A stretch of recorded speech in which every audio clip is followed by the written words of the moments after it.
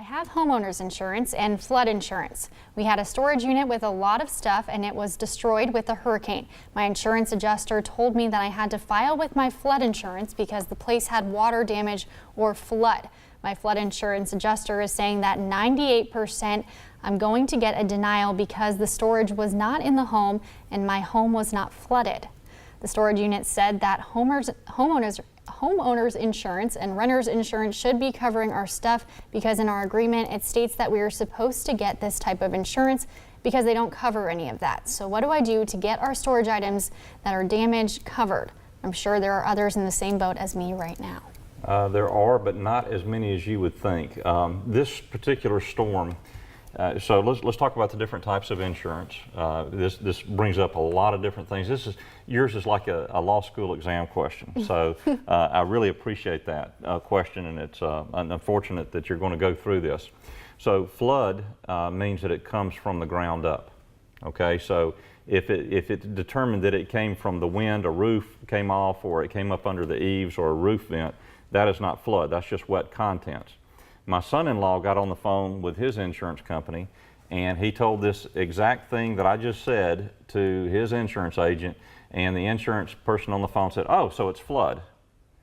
All right, so the very first thing you have to determine is, was it from rising waters?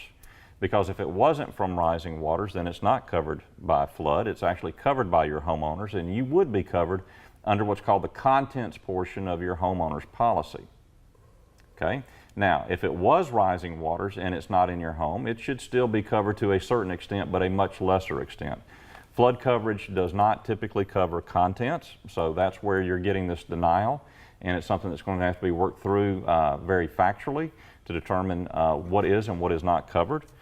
Flood insurance is typically limited to structure, carpet, drywall, the walls within the home itself, things like that. So there's specific limitations on flood insurance. Your homeowner's insurance has a much broader scope of coverage and also has something called contents insurance. So if you had renter's insurance, the renter's insurance should cover it regardless.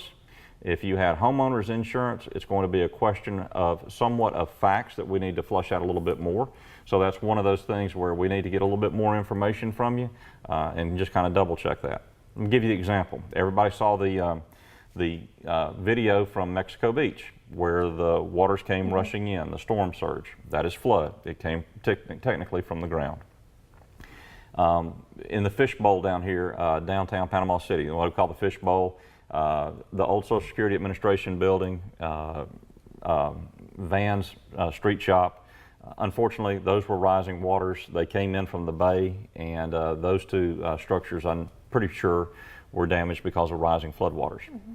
Our building, we lost roof, we lost windows, part of our door went through, and we had 155 mile an hour, 160 mile an hour wind driven into our building from multiple sources.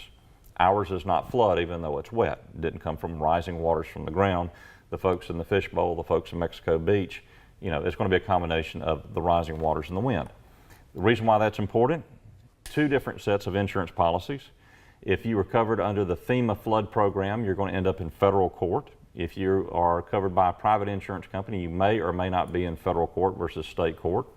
And again, you're working with these limitations.